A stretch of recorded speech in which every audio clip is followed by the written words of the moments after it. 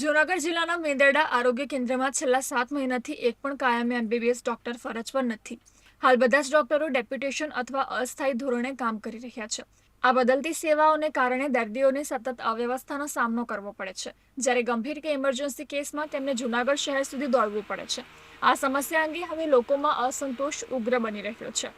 મેંદરડા તાલુકા પંચાયતના પૂર્વ પ્રમુખ રાજુ વિઠલાણી સહિત ગામના આગેવાનોએ સ્થાનિક રાજકીય પક્ષોના સહયોગથી મામલતદાર કચેરીએ આવેદનપત્ર પાઠવી તાત્કાલિક કાયમી ડોક્ટર નિમણૂક કરવાની માંગ કરી છે.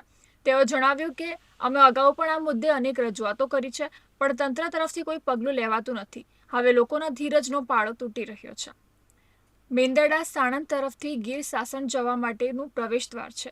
તહેવારો, વેકેશન અને લગ્ન સિઝનમાં અહીં હજારો પ્રવાસીઓ આવતા હોય છે. વર્ષ 2023-24માં સીએચસીમાં દરરોજ આશરે 300 દર્દીઓ સારવાર માટે આવતા હતા, પરંતુ હાલ કોઈ ક્વોલિફાઈડ ડોક્ટર ન હોવાના કારણે દર્દીઓની સંખ્યા ઘટી રહી છે અને લોકો મજબૂરીમાં ખાનગી હોસ્પિટલ કે જૂનાગઢ તરફ દોડે છે, જ્યારે અન્ય નજીકના તાલુકાઓમાં 3થી વધુ કાયમી એમબીબીએસ ડોક્ટરો ફરજ બજાવી રહ્યા છે. ત્યારે કાયમી ડોક્ટર ન હોવાને કારણે ઘણીવાર સારવારમાં વિલંબ થાય છે, જે દર્દી માટે જીવલેણ બની શકે છે. તાલુકા પથક પર આરોગ્ય સેવાની આ સ્થિતિ તંત્રના આરોગ્ય વિભાગ સામે અનેક સવાલો ઊભા કરે છે.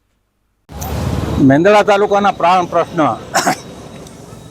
જીપીએસસી અને ક્વોલિફાઈડ ડૉક્ટરોની જગ્યાઓ ઘણા સમયથી ખાલી પડે એના માટે સર્વદલીય બેઠક અને ગામના સમસ્ત સામાજિક આગેવાનો સાથે રહીને આ પ્રશ્નને ઉકેલવા માટે રોગી કલ્યાણ સમિતિ દ્વારા પદાધિકારીઓ દ્વારા ઘણી રજૂઆતો થઈ, પણ મેંદરડા તાલુકાને જીપીએસસી પાસ ડૉક્ટરો મળતા નથી.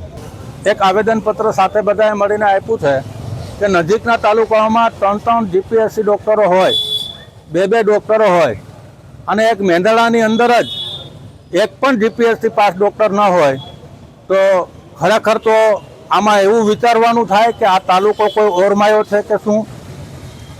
તો અમારી એક નમ્ર વિનંતી છે આ તંત્રને, અને આ અમારી લોકોની માગણી એવી છે કે કાયમી માટે જીપીએસસી ડૉક્ટર અને સારું આરોગ્ય આ તાલુકાને મળે એના માટે અમે તત્પર છીએ.